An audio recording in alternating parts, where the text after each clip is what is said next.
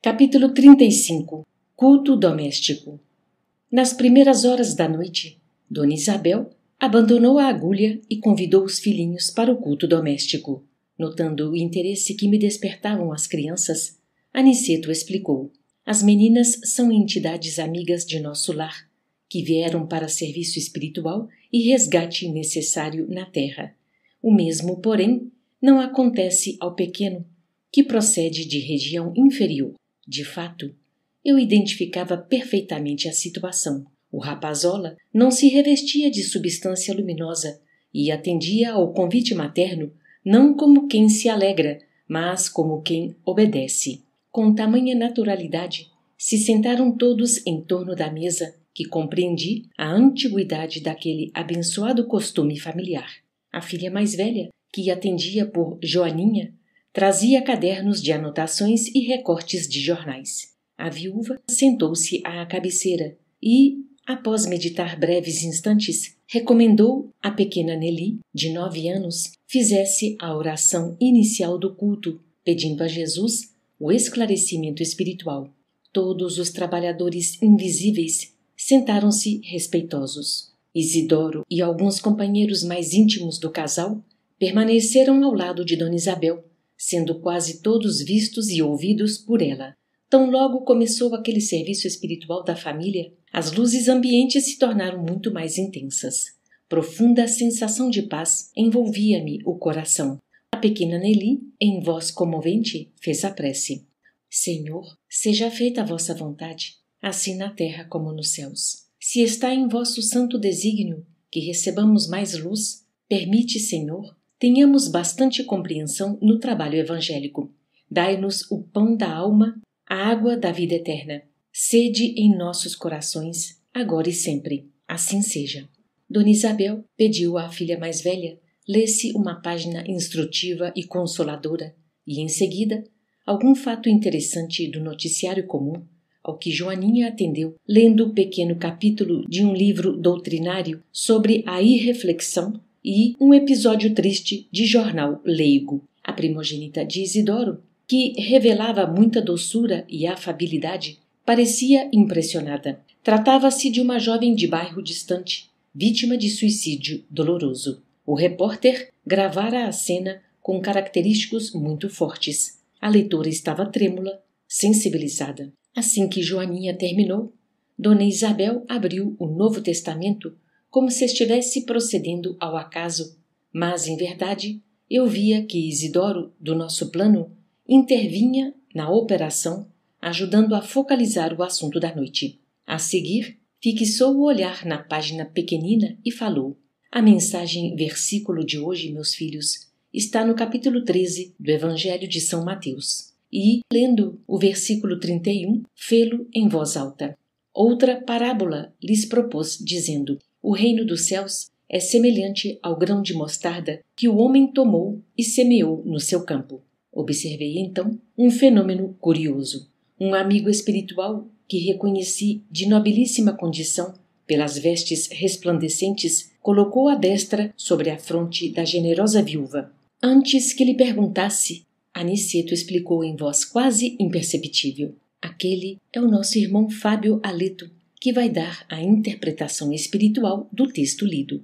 Os que estiverem nas mesmas condições dele poderão ouvir-lhe os pensamentos, mas os que estiverem em zona mental inferior receberão os valores interpretativos, como acontece entre os encarnados, isto é, teremos a luz espiritual do verbo de Fábio na tradução do verbo materializado de Isabel.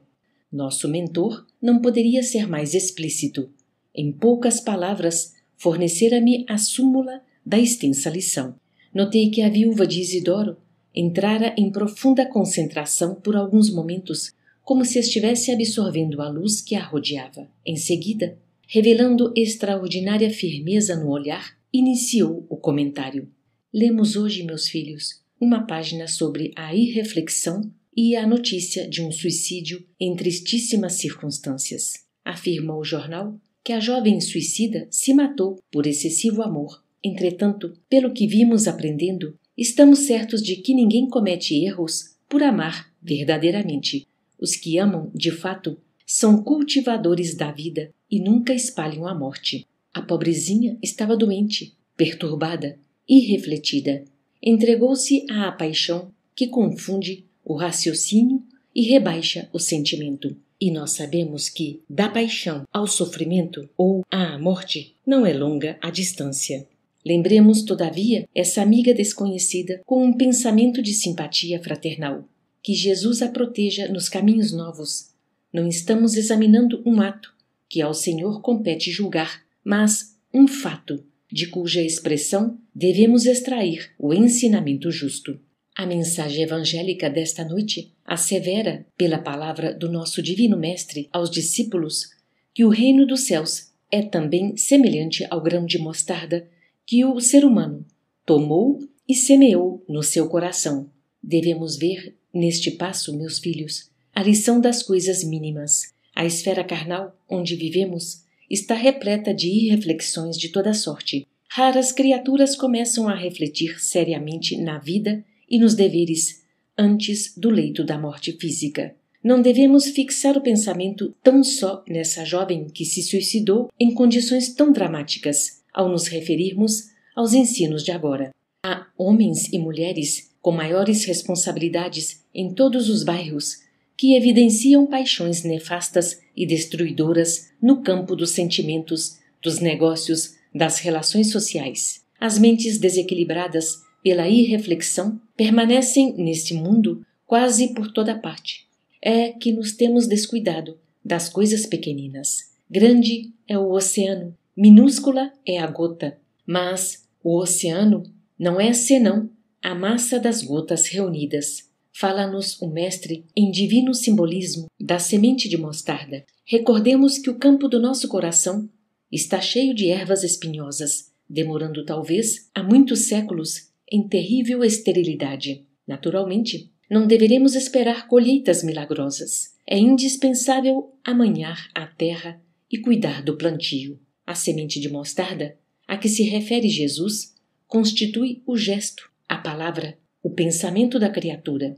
Há muitas pessoas que falam bastante em humildade, mas nunca revelam um gesto de obediência. Jamais realizaremos a bondade sem começarmos a ser bons. Alguma coisa pequenina há de ser feita antes de edificarmos as grandes coisas. O Senhor ensinou muitas vezes que o reino dos céus está dentro de nós. Ora, é portanto em nós mesmos que devemos desenvolver o trabalho máximo de realização divina, sem o que não passaremos de grandes irrefletidos. A floresta também começou de sementes minúsculas, e nós, espiritualmente falando, temos vivido em densa floresta de males criados por nós mesmos em razão da invigilância na escolha de sementes espirituais. A palestra de uma hora, o pensamento de um dia, o gesto de um momento podem representar muito em nossas vidas. Tenhamos cuidado com as coisas pequeninas e selecionemos os grãos de mostarda do reino dos céus. Lembremos que Jesus nada ensinou em vão. Toda vez que pegarmos desses grãos, consoante a palavra divina, semeando-os no campo íntimo, receberemos do Senhor todo o auxílio necessário. Conceder-nos-á a chuva das bênçãos, o sol do amor eterno, a vitalidade sublime da esfera superior. Nossa semeadura crescerá e, em breve tempo, atingiremos elevadas edificações.